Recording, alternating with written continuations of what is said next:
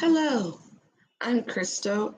I'm Reverend Kristal Vaughn, and I am going to be talking to you about my father, Thomas Robert Vaughn, or you might know him as Tommy Vaughn from Detroit Lions and Cyclones, Iowa State. My father started with the Detroit Lions. Well, he started with Iowa State back in the 60s. And he was drafted to Detroit Lions in 1965. And that's when he started his wonderful career. 7 years with Detroit Lions. And my father, who was a wonderful person, highly intelligent, started his life in 1943 in Troy, Ohio, playing music really loud. Hold on, didn't expect this.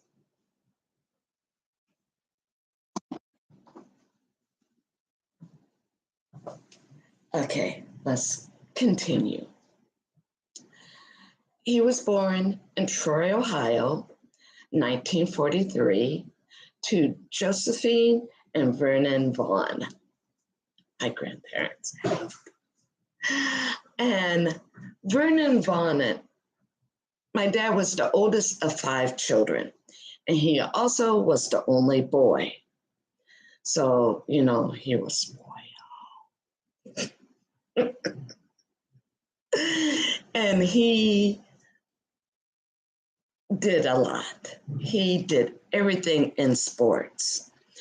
He played basketball, baseball, football, and he did both sides. He also played the trombone on halftime his junior high and high school.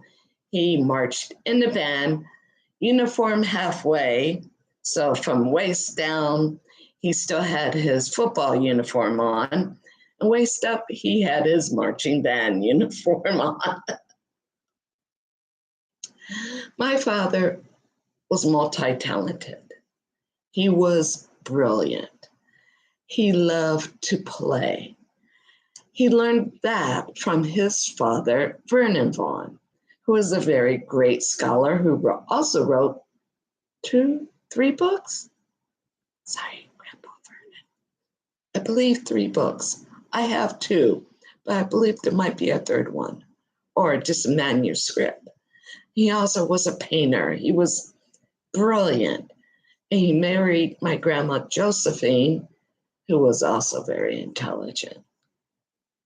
So, the children were very multi-talented, highly intelligent children, and very in tune. I said this in the previous YouTube video, how my great-grandma did readings. My grandma did numerology. My dad was very in tune. He can look at someone and just know who they are and what they're all about, which helped him later in life. Now, during his great football years, his last 2 years, and this happened in the 70 and 71, my father got knocked out hard and woke up in the hospital. He did that 3 times. The 3rd time, the doctor informed him if he get hit this hard again, he will be a vegetable. So you have a choice, football or be a vegetable. Well, my mom threw me on top of him, put my brother next to him and say, family or football, which is it? He chose family. So you could say we saved his life. The reason why my dad was considering going back to football, playing wise, is because his heart told him to play. Now, my father, when he graduated from high school, he was many different scholarships, one in football, one in basketball, one in baseball. And he was back and forth on which one to go. His dad, Grandpa Vernon, looked at him and said, "Son, listen to your heart. Your heart will follow your heart and listen to it. It will tell you which way to go." So my dad chose football. Now remember, he had a full scholarship in baseball and basketball. He could have gone that way, but he chose football. His heart told him to do football. So he went to Iowa State, became All-American. He played defense and linebacker. He did all of it and only got one F in college. The rest were A's and B's. Yes. We won't talk about the F or how he graduated from college with an F. Shh. Let's not talk about it. Anyway, he graduated second line, first or second line. It's going to kill me for not knowing this. To the Lions. And he was so happy, but he also did not know Denver Broncos wanted him as well. Now these days you have a choice of which team to go. Back then, first person grabbed you, first person got you. So the Lions got my dad. He played very well. He played every game, all the way up. Even in 1970, when he got knocked out for the first time and woke up in the hospital, the next game he played. The following week he played. So that's how he was. They finally put cushion in his helmet. Back then, the players played with no cushion in their helmet. So when they got knocked out or got hit, oh boy. Now they have cushion, lots of protection, all of that. And it's because of the players in the 50s, 60s, and some of the 70s. That's why the players can play the way they can now. Going on, my father, he continued playing, brilliant, having fun. During the off season, he did two things. He was a substitute teacher. He also sold insurance, life insurance, and he was really good at it, but he also was bored with it. He told me one time, he goes, "Kristal, it's too easy and simple. I needed something more challenging." And teaching was more challenging. And he loved the students. He really got involved with their lives, helping them out. He loved that. So in Detroit, he was a substitute teacher during, when he's not playing ball. Moving on. So in 70 was his first major hit. He got two more hits really hard and woke up in the hospital 3 times. one of his players, one of his team players, got hit so hard in 1971, he literally died on the field.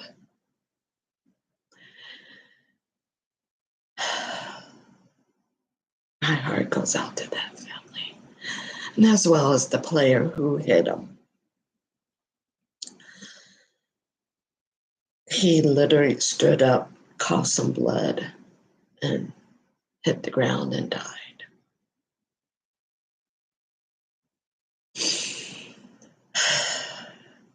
Following game, my dad was knocked out. That's when he said no more football. And that's when the doctor said he can be a vegetable. So 48 years later, he died because a nurse forgot to look at his discharge papers and realized he was allergic to morphine. Someone who's allergic to morphine, you don't give them morphine. Well, she wanted to give him more. I screamed at her, said, if you do, I will sue you. But she didn't. She only gave him one time. According to the medical doctor, morphine only stays in your system for about 8 hours. It should have been out. Not if you're allergic to it. He went to sleep, and 3 days later, never woke up. Now, that's how my dad died at 19. He was 77 years old, 2020. Now, so we have 48 years I get to fill in because I was around. I was born in 1970, so I was around. I really never got to meet the father, the Tommy Vaughn, before football or the first 5 years before he got hit. Well, he accomplished a lot. He continued teaching.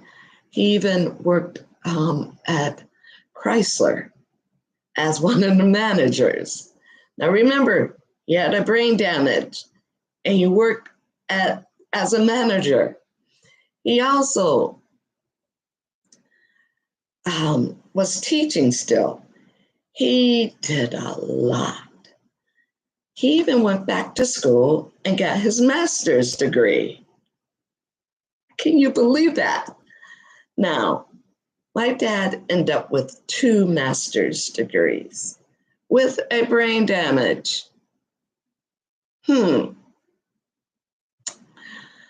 One, his first master was in education, second was in business.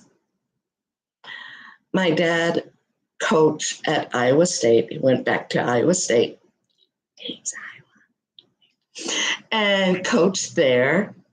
There he met one of his great friends, and he owned several banks and had my dad go into banking.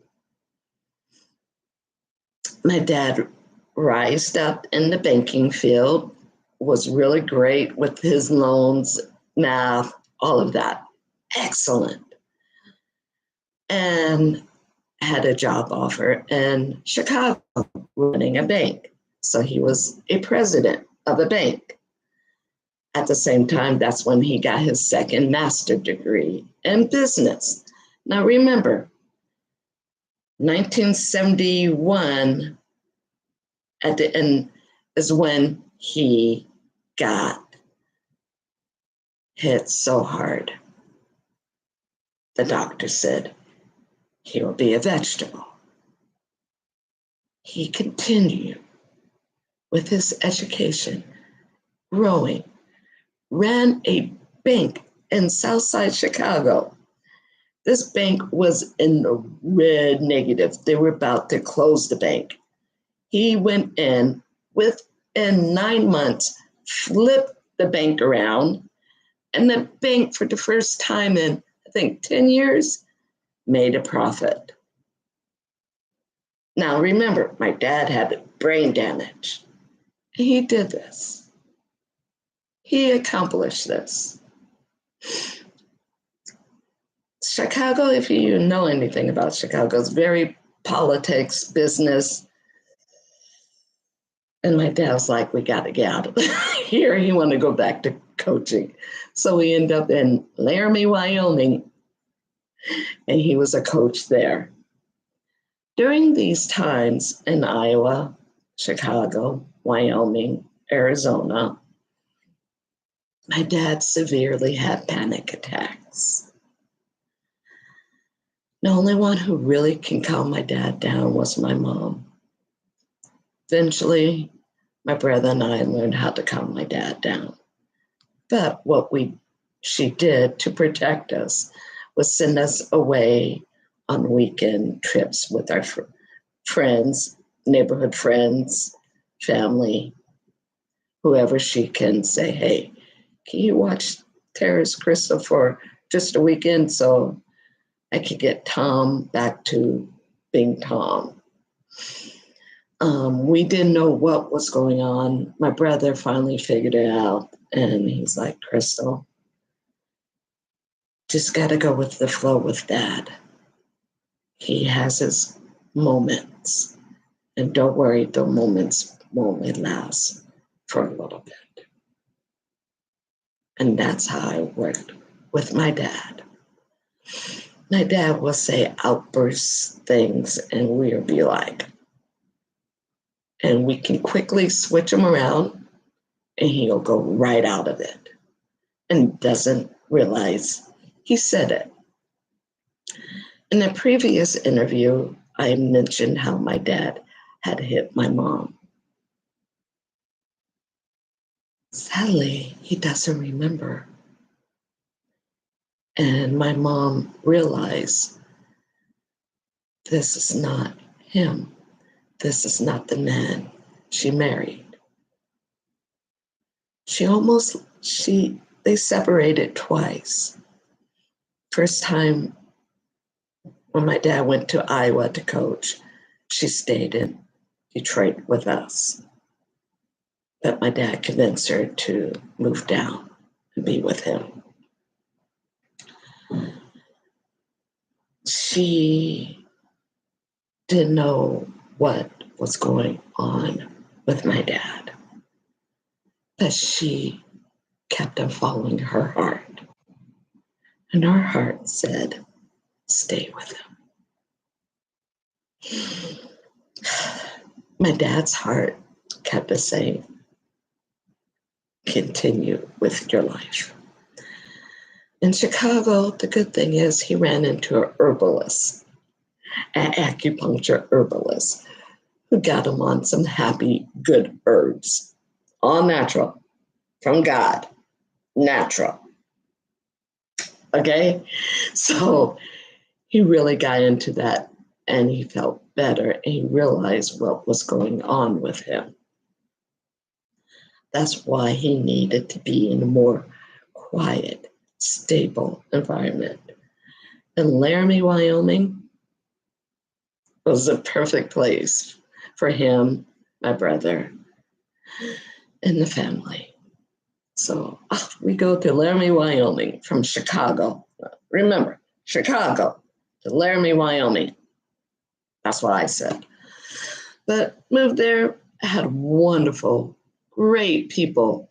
I mean, awesome people, right down to Mother Earth, giving, caring people. Loved it there. In fact, my brother's ashes are there. And one of these days, I'll take my parents' ashes up there to be with them. My dad coached there, was one of the highest paying coaches there. Everybody knew him, not just in Laramie, but in the towns outside of Laramie knew my dad. He was that type of a person. He was a giver. He was caring. He listened. He helped. He was there for you because he was following his heart. What his heart told him to do, he did. Now, who's in your heart? What's in your heart? Only one is God. Earlier, I talked and informed you that your mind is man, your heart is God, your gut is the universe. When you combine all three, you vibrate at the same level as Buddha, Jesus, Muhammad, Abraham, Merlin, all higher gods, prophet, beings. You vibrate at their level. So, my dad was vibrating since his mind was kind of good and bad. He listened to his heart. Some moments he did listen to his gut. And that's where I learned. I also have brain damage. I was in a major car accident. I have a cyst on the back of my brain. I have seizures. First 5 to 6 years after the car accident, I couldn't even add or subtract. I can add, subtract. I can multiply now. Division, algebra, I'm working on it. Prior to all of this, prior to the car accident, I had an IQ of 134. I could do geometry, trig in my head. I just hate writing it down. Science, math was easy. Loved it. My weakness was spelling and algebra. So that's where I was. After my car accident, they said my IQ was like low 90s. I need assistant getting dressed, eating, everything. My dad remind me, listen to your heart, Kristal. Just listen to God. You'll get the way. So that's my message to all you players, sports people. Oh, don't play football. Not true. If your heart says to play, play. If your heart says do soccer, do soccer. Your heart says to wrestle, wrestle. If your heart tells you to cook, cook. If your heart says, wait a moment, sit and wait. It's amazing. We believe that our heart is the worst thing to listen to. That my heart's the one who got me in that marriage, that bad marriage. No, it was your head. God doesn't lie. God does not put you in bad situation. It's your head. It's your belief. It's those stories that you believe. That's what gets you in those situations. How do you get out of them? Get back into your heart, get back into your gut, and listen. Take a moment and breathe and listen to my wonderful cat who's begging to come in. One moment. Yeah, Shorty. Come on. I'm on. I'm talking right now. And again, you gotta take a moment and listen. I learned this in a great meditation from one of the teachers at Southwest Institute of Healing Arts in Tempe, Arizona. And it's a heart space. It's a space, one moment. This is Sage. Say hi, Sage. Okay, it's a heart space. Your heart space is a space that's behind your heart and right in front of your spine. There's a space there. And when you connect into that space, that's where you can hear God and the universe speak to you. That space is a sacred healing space. That's where pure light is. That's where the bliss is. That's where there's no judgment, no nothing. That's where the is. That's where you get the knowledge. You connect your brain with that center spot, that heart spot. So thank you, Dad, for teaching me that. Thank you for reminding me to listen to my heart. I did an interview about my father. And I told the reporter, this is how my dad survived. He listened to his heart. And the reporter did not put that in the report. In the article, nowhere it was found. How my dad survived was a level of 3.5, and 4 is the highest. For 48 years, his number is number 48. God is good. And so for 48 years, his number is 48, he listened to his heart, his gut.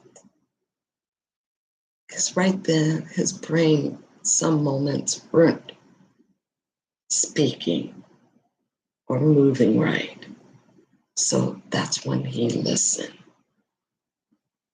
So all you players, baseball players, football, basketball, volleyball, rock climbing, hiking, jumping out of airplane.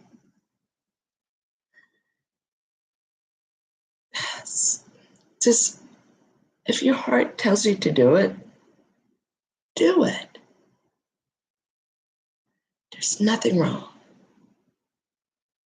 There is absolutely nothing wrong with that. It's when your mind tells you those stories. That's where the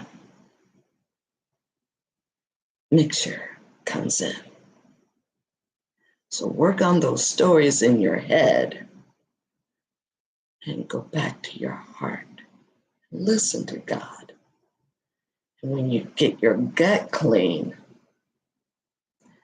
listen to the universe. That's good. One of my favorite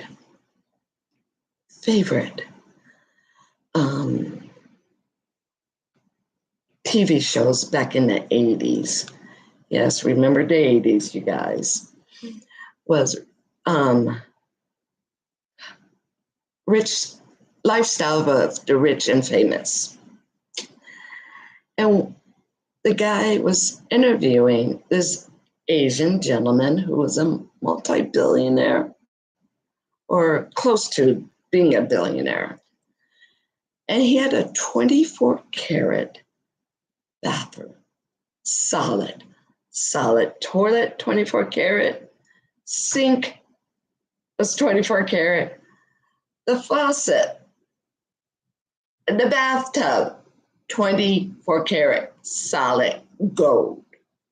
Not platinum, not painted, no, 24 karat solid gold.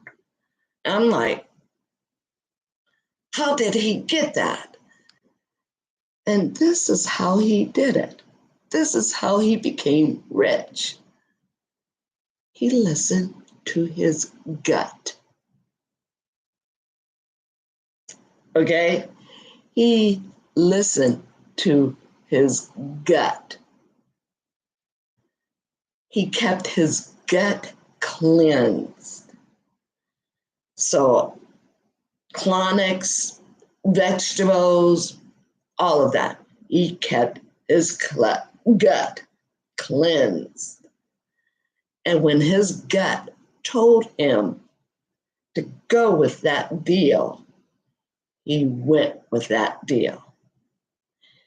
And the guy who was interviewing him, he was like, how do you know if it was your gut? He said he swallowed it.